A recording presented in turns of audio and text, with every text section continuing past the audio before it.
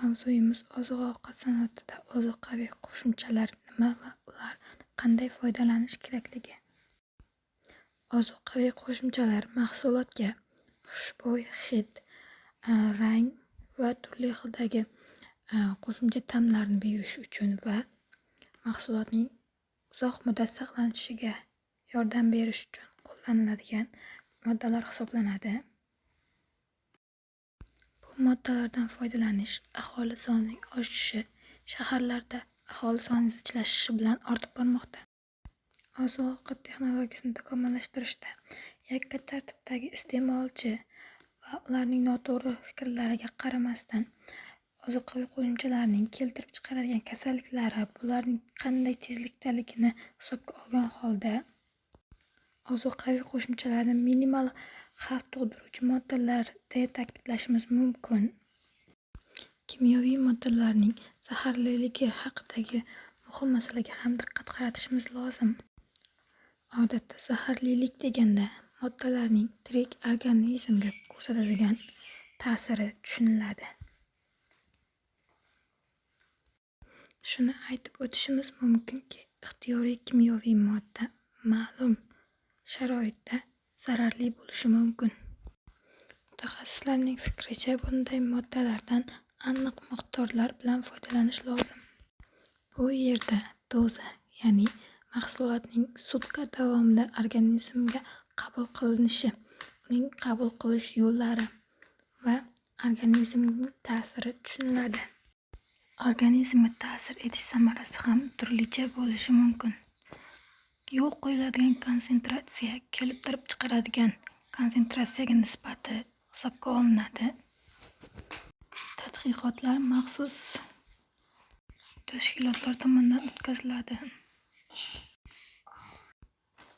Ozuqaviy qo'shimchalarning muhim guruhlarini ko'rib chiqamiz.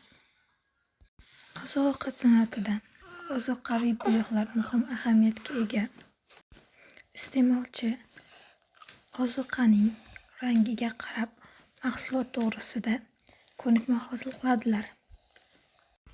Bunday holatlarda iste'molchilar mahsulotning sifatini uning rangi bilan bevosita bog'laydilar. Shu sababli ham ozuqaviy bo'yoqlar oziq-ovqat sanoatida muhim ahamiyatga ega ozuqaviy qo'shimchalar hisoblanadi. Ozuqaviy bo'yoqlar mahsulotning dastlabki rangini o'zgartirishda qo'llaniladi. Bunday qo'llanishi ozuqaning sifatini va hazm jarayonini muhim ahamiyatga ega hisoblanadi. Oziq-ovqat mahsulotlari va yarim tayyor mahsulotlarda tabiiy va sintetik, ya'ni biologik va nobiologik moddalardan foydalanadi. Bunda qand mahsulotlari, ichimliklar, sariyog'lar, konserva mahsulotlari tarkibida ham bor. Ozuqaviy bo'yoqlardan karmin qizil rang beruvchi modda hisoblanadi. Antoxinon hosilasidir. Karmin Afrikada o'suvchi kaktuslarda yashaydigan hasharotlardan olinadi. Alkanin bir tur naftaxlorning hosilasi. Kurkuma tabiiy sariq bo'yoq hisoblanadi. Ko'p yillik zanjabillar oilasiga mansub o'simlikdan olinadi. Kurkuma suvda yomon eriganligi sababli spirtli eritmada eritiladi. Enaboyoq qizil navli o'sim va qorag'at o'simlikning rezavor mevasidan olinadigan to'q qizil rangli suyuqlik ko'rinishida olinadi. Mahsulotni enaboyoq bilan bo'yalgandan so'ng olinadigan rangi atrof muhitning pH darajasiga bog'liq hisoblanadi. Nordonlashtirilgan obyektlardagi to'q qizil rang neytral va kuchsiz ishqoriy muhitda ko'k rangni beradi. Shu sababli enaboyoq qandolatchilik mahsulotlarini ishlab chiqarishda keng qo'llaniladigan bo'yoq hisoblanadi. Hozirgi vaqtda ko'k, sariq, pushti ranglarda antotsian saqlovchi qora samarodina, klubnika, va boshqalardan ajratib olinayotgan antotsion va katexinlar bor bo'lgan choylar, lavlaglardan ajratib olinayotgan bo'yoqlar keng qo'llaniladi. Qand kollari, ya'ni karamel shakarning shakarli eritilishdan olingan uning suvli eritmalari xushbo'y hidli mahsulot hisoblanadi. Ichimliklar, qandolatchiliklar va oshpazlikda bunlardan keng qo'llaniladi.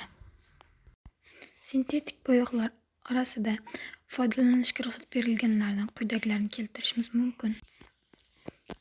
Endokokarmin misol qilib keltirishimiz mumkin. Endokokarmin suvda eriganda to'q ko'k rangli eritmani hosil qiladi. U suvda yaxshi eriydi.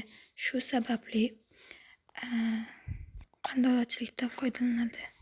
Sariq tatazin aza bo'yoqning natriyli tuzi. Tatazin suvda yaxshi eriydi.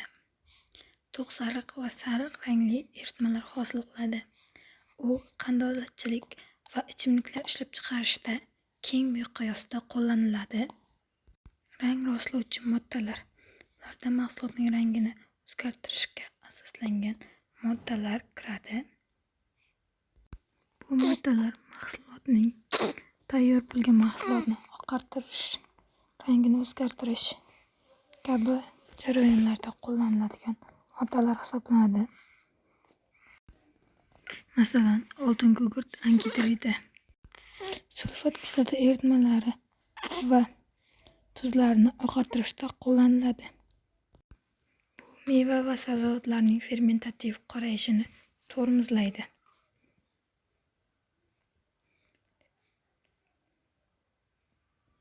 Shuni eslatib o'tish lozimki, oltin gugurt angidridi B1 vitaminini parchalaydi va oqsil molekulasiga ta'sir ko'rsatadi.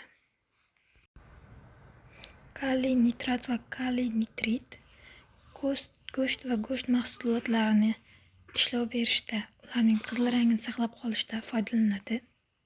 Hozirgi vaqtda nitrat va nitritlardan foydalanish tibbiyot xodimlari tomonidan jiddiy muhokamaga sabab bo'lmoqda va taqiqlanmoqda.